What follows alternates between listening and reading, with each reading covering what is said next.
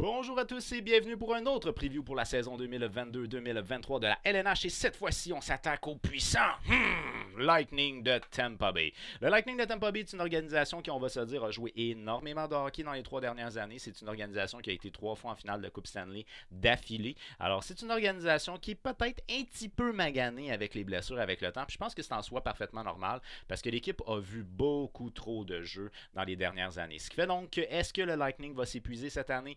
Est-ce que le Lightning va rester en santé? Il y a un point que je trouve intéressant au niveau de la gestion du Lightning de Tampa Bay et c'est par rapport aux blessures.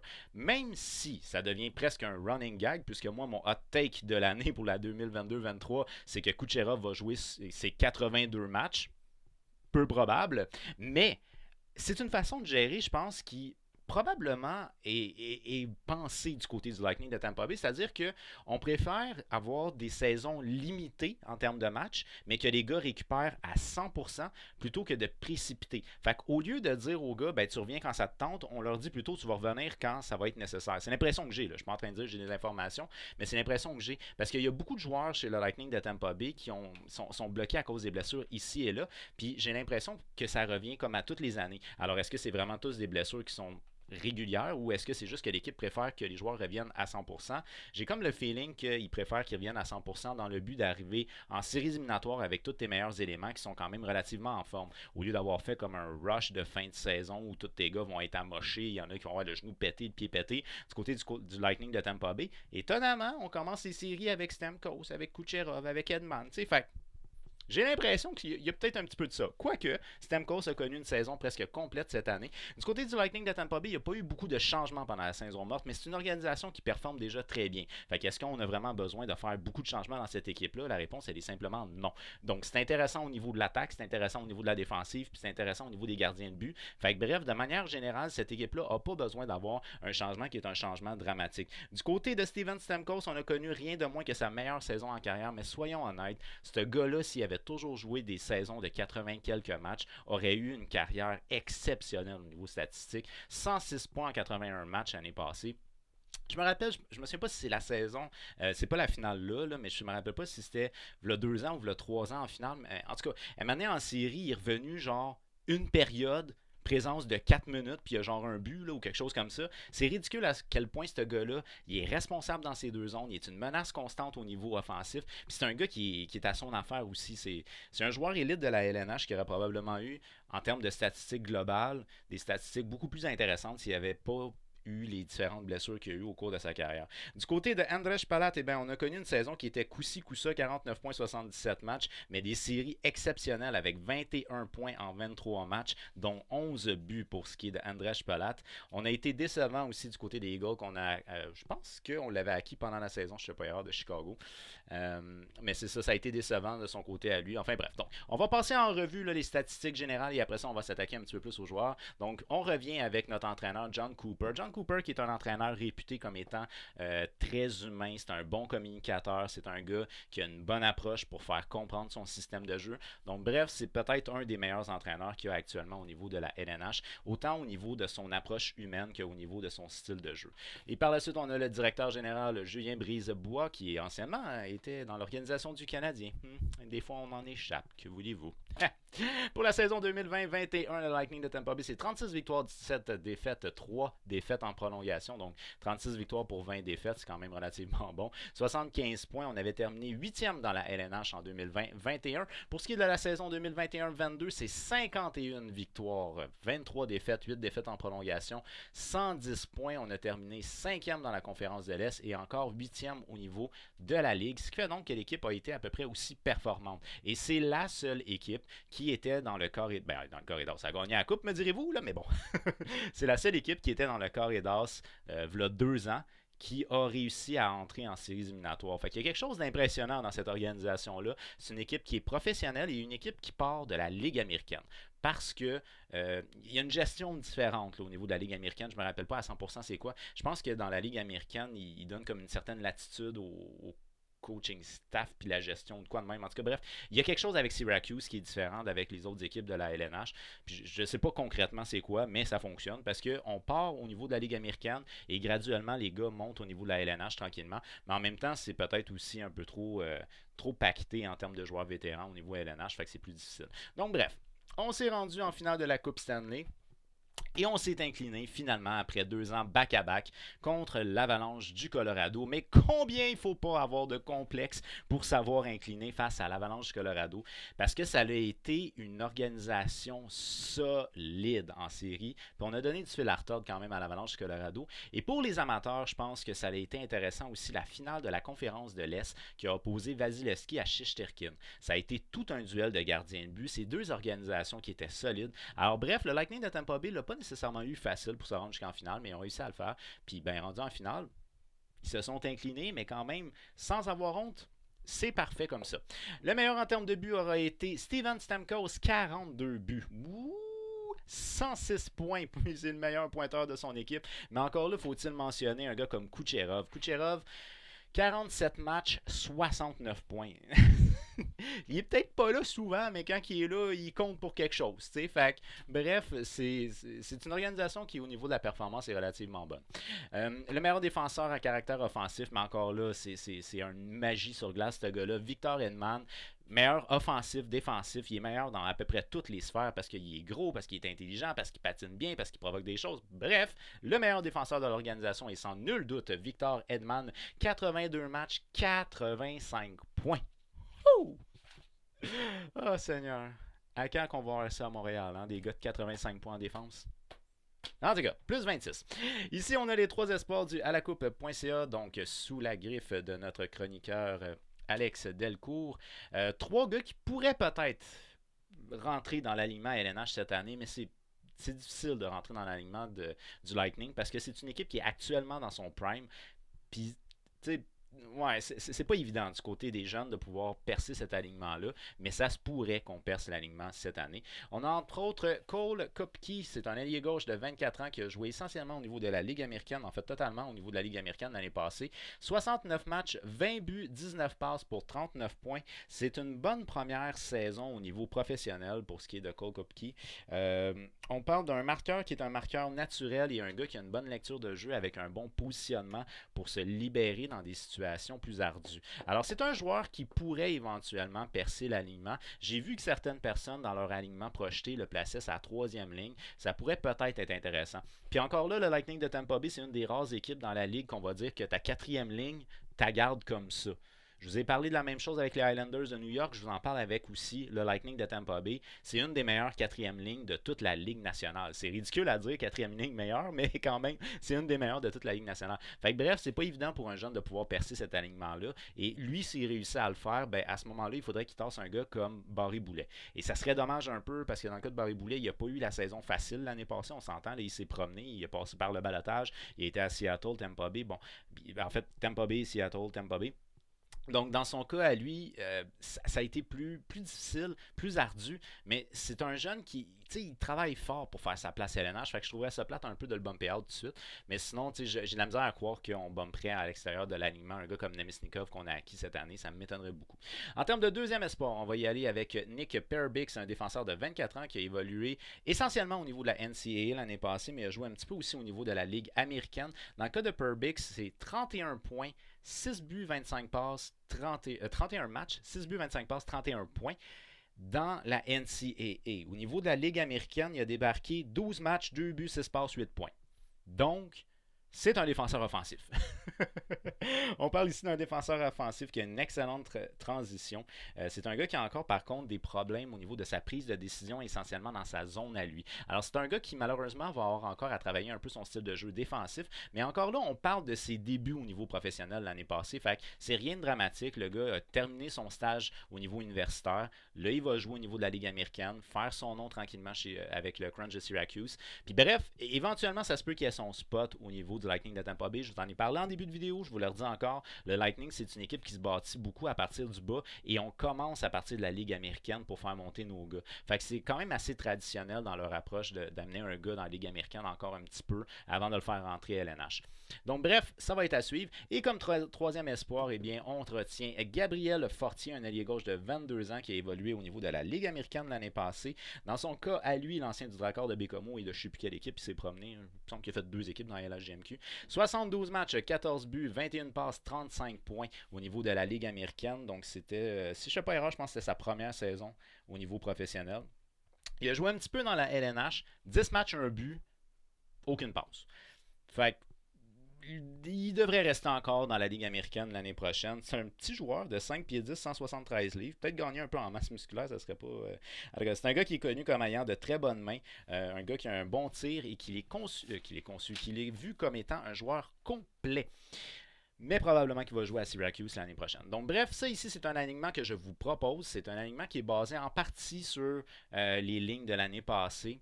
Mais tu as quand même des points qui sont des points importants à mentionner, entre autres l'absence de Chiarelli, parce que Chiarelli est blessé jusqu'au tour du mois de décembre, peut-être, dans ces eaux-là. À peu près sensiblement la même chose aussi à la défense pour Zach Bogosian. Fait que ça change un peu l'alignement, parce qu'un gars comme Chiarelli serait peut-être utilisé sur le deuxième trio. Fait que là, j'ai été obligé de faire monter des gars. Mais en tout cas, bref, c'est un alignement que je vous propose. C'est sûr que pour ce qui est de ta première ligne, je pense qu'il n'y a pas beaucoup de points d'interrogation. Et pour ce qui est de ta quatrième ligne, encore là, il n'y a pas beaucoup de points d'interrogation. Chez le Lightning de Tampa Bay, ta première est solide, ta quatrième est solide. C'est entre les deux que tu peux peut-être te promener un petit peu. On va y aller comme ça. Alors, en termes de première ligne, ben, c'est sûr que le premier allié gauche de l'équipe, c'est Steven Stamkos. 106 points en 81 matchs. Une excellente saison pour le capitaine l'année passée. C'est un gars qui est capable de tout bien faire. C'est un gars qui est capable de bien jouer défensivement, en zone neutre, en attaque, provoquer des choses, bloquer des choses aussi. Alors bref, c'est un excellent leader en plus. Fait que c'est le joueur qui est probablement un des joueurs les plus étoiles de son organisation. Puis moi, je pousse l'audace en disant que selon moi, il est meilleur que Kucherov, non pas au niveau de sa production offensive, mais parce qu'il est plus complet que Kucherov va l'être. Mais il reste que Kucherov, c'est une menace constante offensivement. Alors bien entendu, on a Kucherov qui va jouer à l'aile droite s'il joue. 47 matchs l'année passée, 69 points. Une bonne saison en termes de ratio points par match, mais il faudrait qu'à un moment donné, il fasse une saison complète, ce gars-là. Ça l'aiderait un peu, mais en même temps, est-ce que c'est vraiment nécessaire? Si tu le gardes en forme pour les séries éliminatoires, le gars, il arrive en forme en playoff. C'est toute une menace en playoff. J'ai dit ces statistiques d'ailleurs en séries éliminatoires pour Kucherov. Ça serait pas pire si je les avais. Mais je pense que je les ai pas pris en note. Non, je les ai pas pris en note pour ce qui est de Kucherov. Mais en tout cas, bref, c'est un gars généralement qui sort fort au niveau des séries éliminatoires. Et en termes de premier centre, bien entendu, on évoque Brandon Pointe, 58 points en 66 matchs l'année passée. Une bonne saison aussi pour Pointe là, de son côté à lui. 58 points, c'est une bonne saison au niveau de la production offensive. Ensuite de ça, en termes de deuxième ligne, on va y aller avec Alex Killorn. Si je ne fais pas erreur, je pense que c'était sa meilleure saison en carrière. Je garde sous toute réserve, mais il me semble que c'était sa meilleure saison en carrière. 59 points en 82 matchs pour le Québécois. Une bonne saison. On parle d'un ailier qui est capable de patiner à bon gabarit et qui aime ça frapper. Qu'on fait jouer avec Ross Colton, la recrue un peu vieille, mais quand même recrue l'année passée. 39 points en 79 matchs l'année passée. Ça, c'est le genre justement que je vous dis. C'est comme ça que le Lightning de Tampa Bay semble fonctionner. On prend notre temps, on l'a développé tranquillement, puis là, par la suite, à la mi-vingtaine, on le fait rentrer au niveau LNH. Mais ça l'a bien été du côté de Ross Colton. Fait un près de 40 points, 39 points, 79 matchs. C'est un gars qui peut jouer à l'aile, qui peut jouer au centre. Moi, je l'ai mis au centre. Bon, elle filait comme ça, l'ai mis au centre. Bon, on le fait jouer avec Eagle, 44 points en 77 matchs l'année passée. Dans le cas de Eagle, si je ne fais pas erreur, il me semble qu'il a été acquis pendant la saison l'année passée. Il nous arrivait de Chicago. On s'attendait un petit peu plus en termes de production offensive de son côté à lui, mais encore, peut-être fallait-il lui donner simplement du temps. En termes de troisième ligne, ben, j'y vais avec Alex Barré-Boulet. Puis là, il faut laisser la chance de s'établir quelque part à ce petit gars-là. Franchement, il n'arrête pas de se promener. Fait que là, il a joué 16 matchs, 6 points. Mais si tu le mets régulier LNH à Tampa Bay, il va peut-être être capable de vraiment bien ancrer sa position. Ce qui est compliqué avec le Lightning de Tampa Bay, ben, c'est ta masse salariale, c'est ta gestion en termes de joueurs. Ceux qui sont faciles à descendre et pas. Fait que tu sais, lui, s'il descend, il passe par le balotage. Il y a des équipes qui sont intéressées à le réclamer. Mais c'est parce qu'à un moment donné, au niveau, là, je parle juste au niveau humain pour le gars. Pour sa carrière, ça serait bien d'être stable. Ça serait bien d'être stable toute l'année avec Tampa Bay. Pas Syracuse, Tampa Bay. Toute l'année avec Tampa Bay. D'après moi, ça serait bon pour lui. Il l'a pas eu facile pour se rendre jusqu'à la LNH. C'est le temps de le récompenser. Voilà. Par la suite, on le fait jouer avec le centre Paul. C'est 32 points en 82 matchs l'année passée. C'est un joueur de centre qui est essentiellement un joueur de profondeur, mais quand même qui est capable de produire un peu offensivement. Mais un bon coup de patin quand même dans son cas à lui. Et Namestnikov, 30 points en 75 matchs l'année passée. Lui, il nous arrive des Stars de Dallas. En termes de quatrième ligne, ben ça c'est intéressant du côté de Tampa Bay parce qu'on a une quatrième ligne qui est solide. Une quatrième ligne qui est lourde, dérangeante et expérimentée. Voilà ce qu'il y en a. Pat Maroon, ailier gauche à la quatrième ligne, 27 points en 81 matchs, mais on s'entend. Quand on parle de Pat Maroon, le point qui est le plus fort, c'est clairement pas ses statistiques offensives.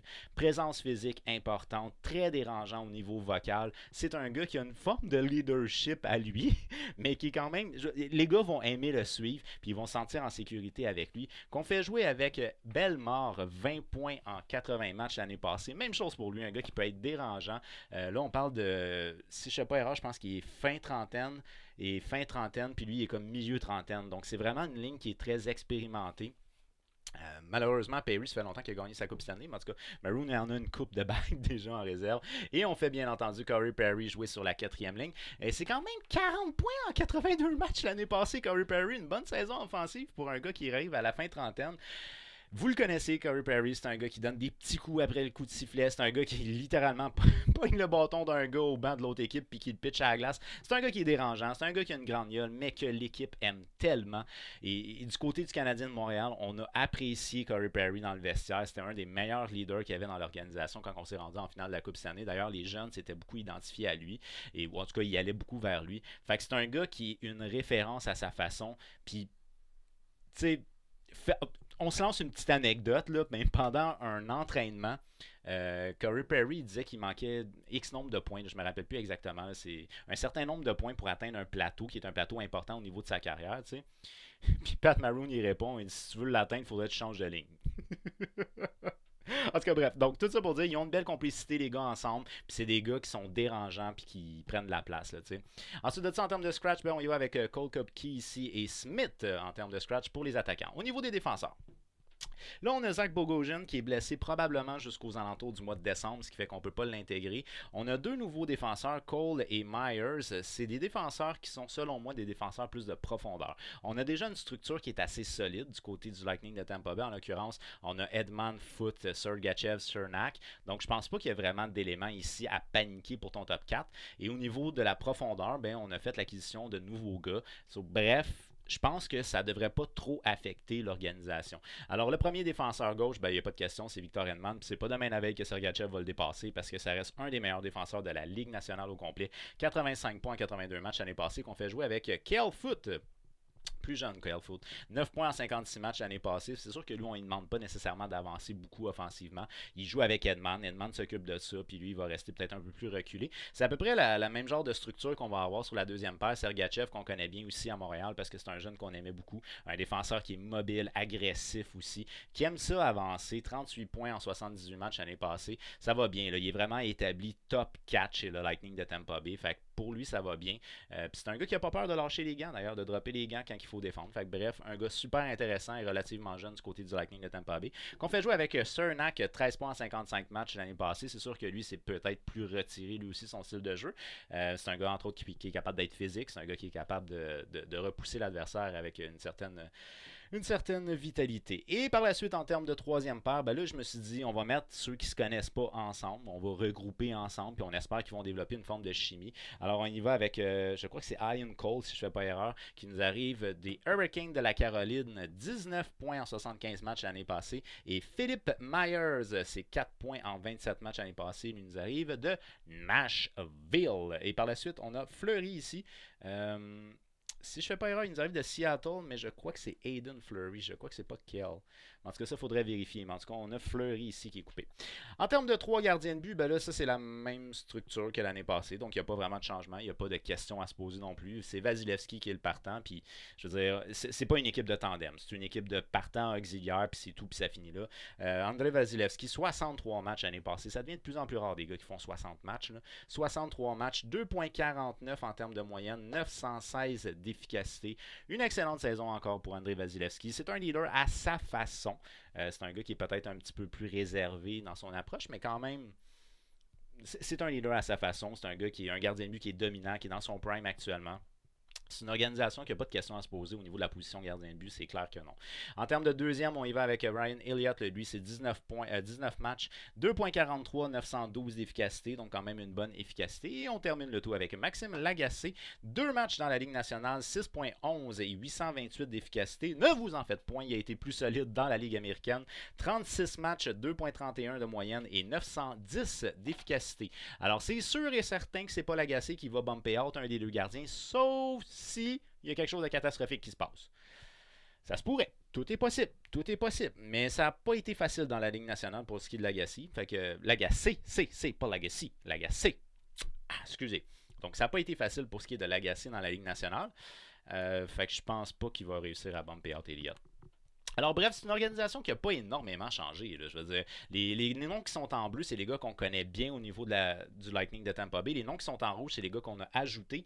Puis les gars qui sont en vert, ben, c'est des jeunes qui pourraient craquer l'alignement. Et comme vous remarquez, tu as un nom en rouge dans les attaquants et c'est dans mon bottom 6. Puis tu as 2 noms en rouge, mais en fait 3, là, mais en tout cas, c'est en termes de troisième paire, mais 2 noms en rouge au niveau des défenseurs. Fait que le corps de cette équipe-là n'a pas changé. Puis j'ose même mentionner que la 4e ligne fait partie du corps de l'équipe. Alors c'est ce qui fait que je vois pas vraiment de raison pourquoi cette équipe-là ne serait pas performante encore cette année. Il faudrait vraiment qu'il y ait un éclair qui leur tombe sur la tête.